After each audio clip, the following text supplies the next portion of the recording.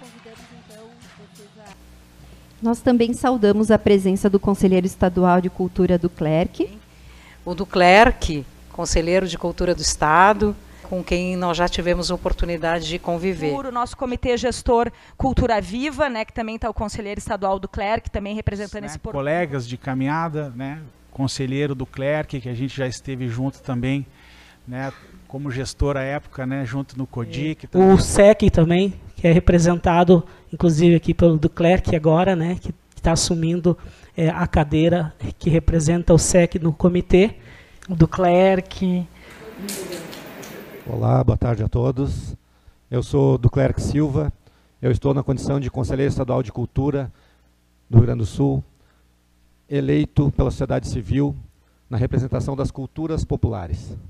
As culturas populares, ela tem uma gama muito grande de segmentos de cultura.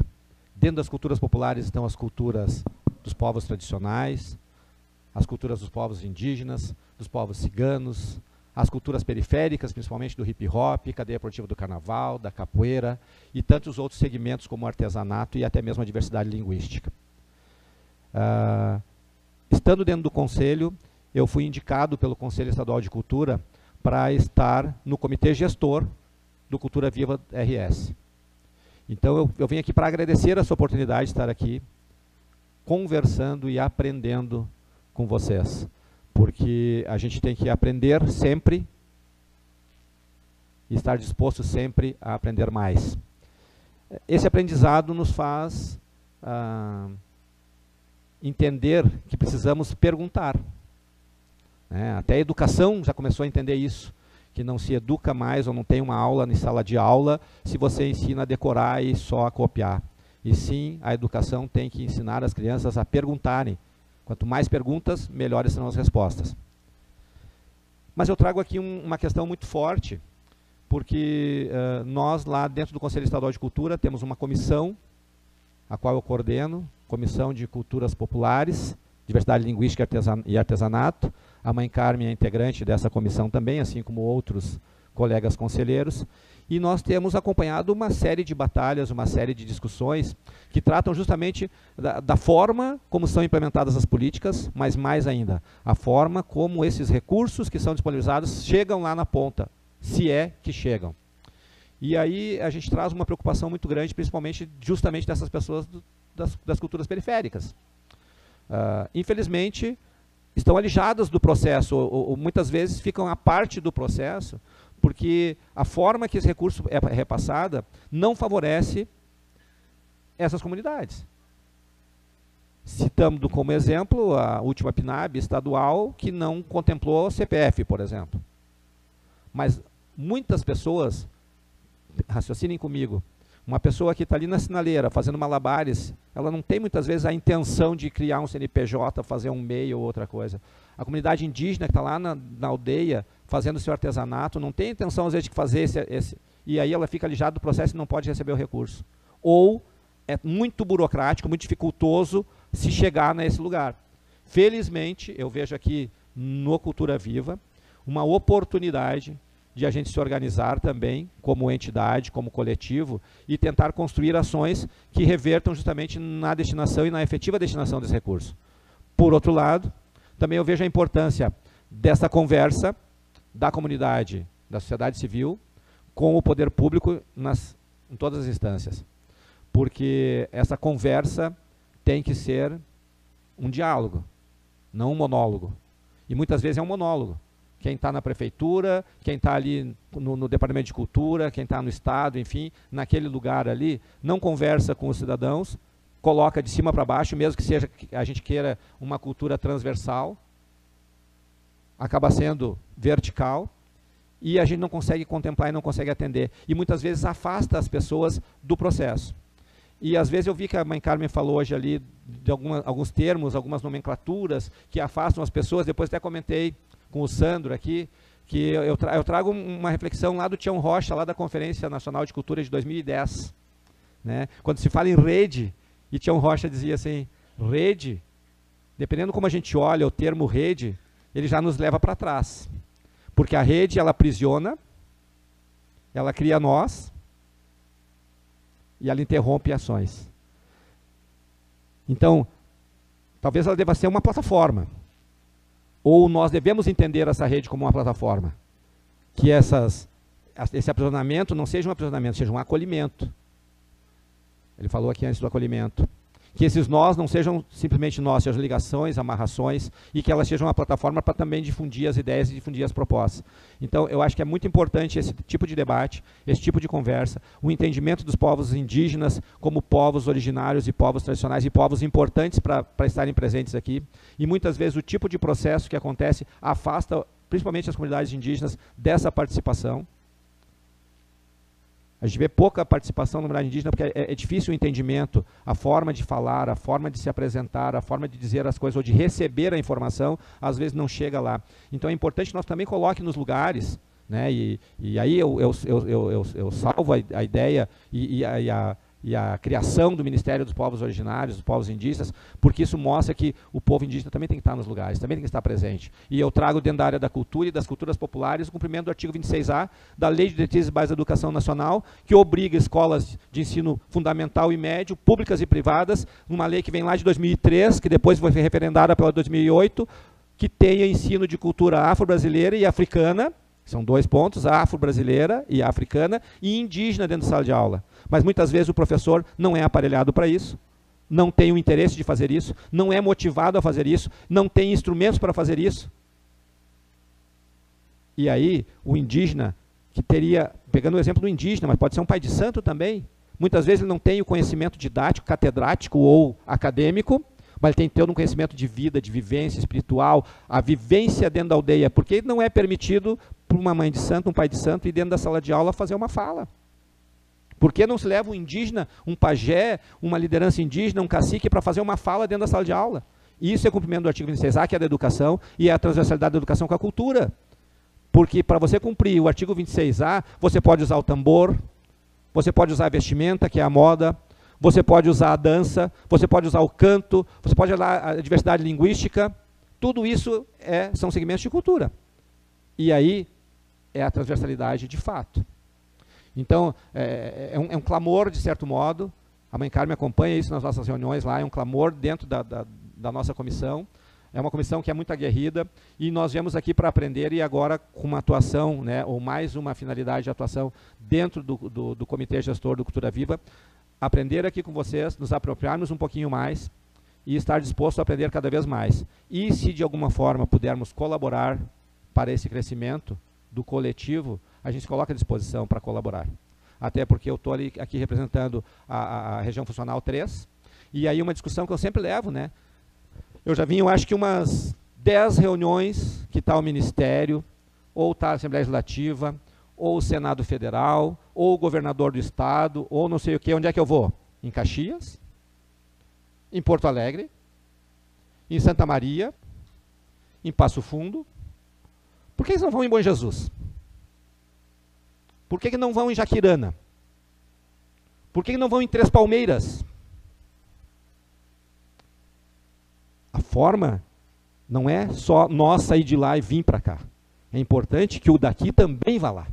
Vá ao nosso encontro. É importante que a reunião aconteça dentro do terreiro, dentro da aldeia, dentro de uma comunidade que faz artesanato. Lá no Ribeirinho, lá na beira da praia. Levar o poder público institucionalizado para dentro do coletivo. Isso é inclusão. Isso é participação e democratização de acesso. Porque daí você leva. Enquanto nós tiver que sair de lá para vir aqui, é muito dificultoso. Olha que a região funcional 3, nós são 50 municípios, mais ou menos, 50 municípios, congrega 3 regiões, Campos de Cima da Serra, Hortências e Serra. E aí entra aquela disputa, né? A questão da disputa, como é que nós lá de uma região, de uma cidade pequena, com 5 mil habitantes, a companheira falava antes aqui da cidade dela, com 5 mil habitantes, vamos concorrer com uma cidade como Caxias do Sul, como Gramado ou como Bento Gonçalves. Não uma disputa desumana e desleal. Então é importante a gente entender isso, viver isso, e eu trago aqui não com uma fórmula fechada e correta e verdadeira, não, a título de construção, de a gente pensar isso, de raciocínio, né, de pensamento, de entendimento, né, de levar isso para dentro da universidade, dentro das academias, né, se a gente fala em cumprimento do artigo 26A e a academia não trabalha isso lá nas licenciaturas, É muito difícil esse entendimento. E aí entra uma outra situação que nós temos trabalhado muito forte também, a acessibilidade.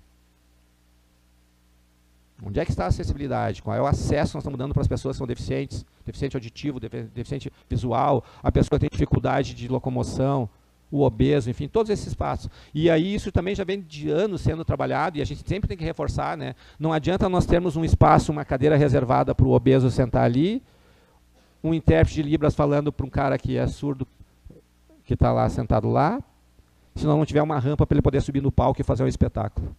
Não tem acessibilidade. A acessibilidade tem que ser por completo.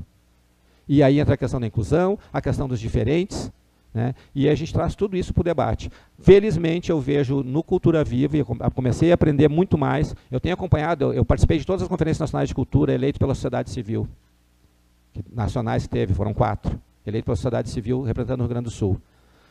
Eu acompanho o processo Cultura Viva desde lá do início, desde todo aquele movimento. Sou um ente cultural porque nasci cultural. Represento a miscigenação de raças que é do Brasil. Por quê? Porque eu sou descendente indígena, Caguá dos Campos de Cima da Serra, sou misturado com negro e meu pai era branco. Só que, quando falavam, eu chegava com meus irmãos nos lugares, eu sempre traço esse momento. Quando eu chegava com meus irmãos nos lugares, ou diziam assim, lá está chegando a negrada da Madalena. Ou então, olha ali, ó, está vindo a bugrada do Claro. Madalena minha mãe, Claro meu avô. Dificilmente falavam no meu pai, porque meu pai era branco. Quando falavam, era porque ele era analfabeto. Mas nem por isso ele deixava de ser cidadão e uma pessoa e um ser humano. Então é importante valorizarmos todas as pessoas. E eu trago isso no intuito de dizer que estamos aqui para crescer juntos, nos valorizarmos juntos, agradecer ao Ministério, eu tenho visto uma atuação muito forte, o Pedro acompanha de longa data, a Mari, a Pati, enfim, eu tenho acompanhado essas ações, tenho visto algumas ações importantes no Estado também, nos municípios também, tenho visto ações importantes, mas ao mesmo tempo vejo ações degradantes nos municípios. Nós estamos com uma boa parte dos municípios sem executar a PNAB, estamos com uma boa parte dos municípios que não executaram direito à Lei Paulo Gustavo, uma boa parte dos municípios que não colocam um gestor de cultura, que entende de cultura, que trabalha a cultura e coloca um amigo, um companheiro, enfim, um cargo político, e deveria ser um cargo técnico. Eu acho que também temos que pensar nisso. São várias construções. É uma geral para a gente poder entender, e eu me coloco aqui também no intuito de aprendiz. E para finalizar, já que eu vi um canto ali, e não posso me furtar de dizer isso, né? Uma reza, Biá Guarani,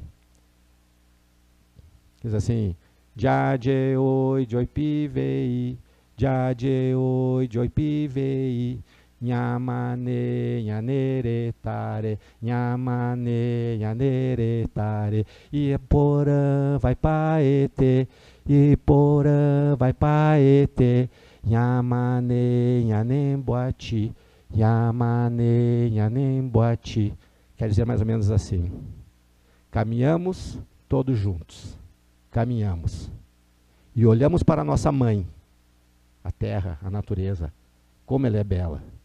Caminhamos todos juntos, nos solidarizamos, caminhamos. Que essa caminhada seja muito frutífera. Muito obrigado, estou à disposição. É muito legal esse movimento e essa integração.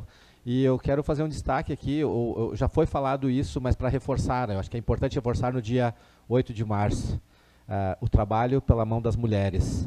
E eu trago isso, eu pergunto para a Cristiane, como é que está esse processo? Vocês estão buscando o processo de reconhecimento como patrimônio imaterial? Já tem um encaminhamento? Como é que está esse encaminhamento? Pergunto isso, dizendo aqui e a importância, né, do trabalho pelas mãos das mulheres, porque nós tivemos no final do ano passado o reconhecimento do queijo artesanal serrano como patrimônio cultural e material do Estado do Rio Grande do Sul, que também era produzido pelas mulheres e é uma tradição centenária, né, o queijo artesanal serrano, pelo menos há 200 anos, se produz nos Campos de Cima da Serra. E agora nós lá no Conselho Estadual de Cultura, por uma ação da Comissão de Música, né, que é do Luiz Gamarra, que coordena a formação da Comissão de Música, está sendo feito um trabalho no Conselho Estadual de Cultura para apoiar o reconhecimento do ritmo bugio, né, o ritmo musical bugio, como patrimônio cultural do Estado do Rio Grande do Sul.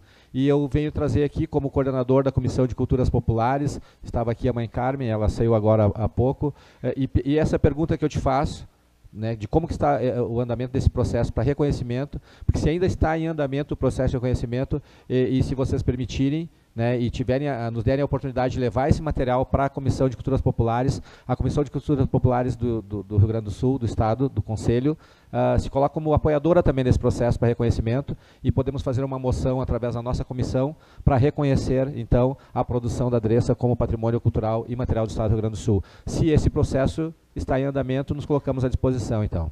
Obrigado. Muito obrigada, conselheiro, pela força, né? Acho que tudo vai agregar.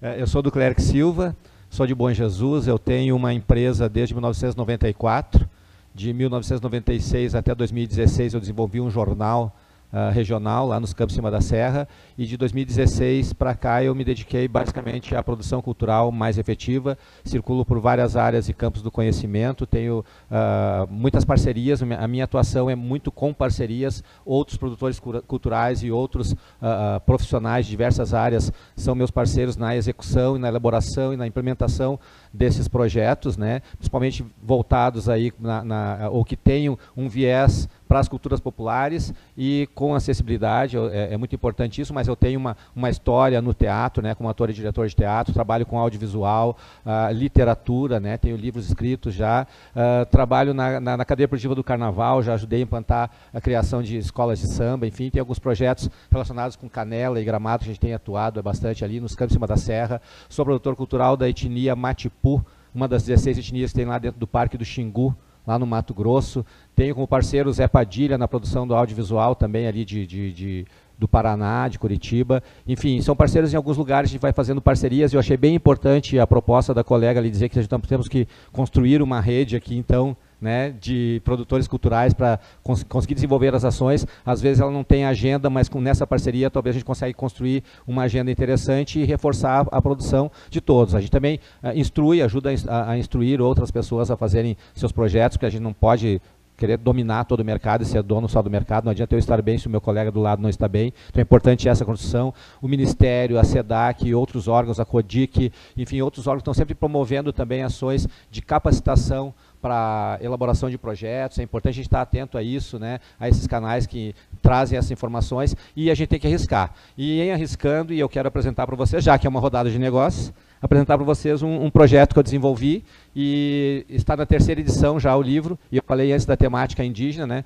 o livro de Jacuí, Flor dos Campos, 70 anos, conta a história da filha do primeiro casamento oficial de uma indígena com homem branco no Brasil, e eu tive a felicidade de levar ela, depois quando ela estava com 61 anos de vida, a conhecer os parentes lá no Xingu. Então, já divulgando um trabalho que já está na 3ª edição. A 2ª edição eu desenvolvi e circulei pelo Estado do Rio Grande do Sul, apresentando para as escolas por conta da Lei Paulo Gustavo, ou melhor, Lei Paulo, agora nem sei mais, PNAB, eu acho, não, Paulo Gustavo do Estado, isso, Paulo Gustavo do Estado. A gente circulou no ano passado, então, com esse projeto, e eu trago aqui até para que as escolas percebam, entendam e recepcionem isso. Já tivemos uma parceria com a UX, uma parceria com a Universidade de Passo Fundo também, justamente nessa atuação, né, lá em Uruguaiana a gente tem uma atuação bastante forte também, e na cadeia produtiva do Carnaval. E para finalizar, então, a gente continua sendo parceiro, estou lá no conselho, mas continuo parceiro de todo mundo. E para finalizar, todo mundo falou em cultura, uma frase que eu tenho trazido desde 2010 da Conferência de Cultura,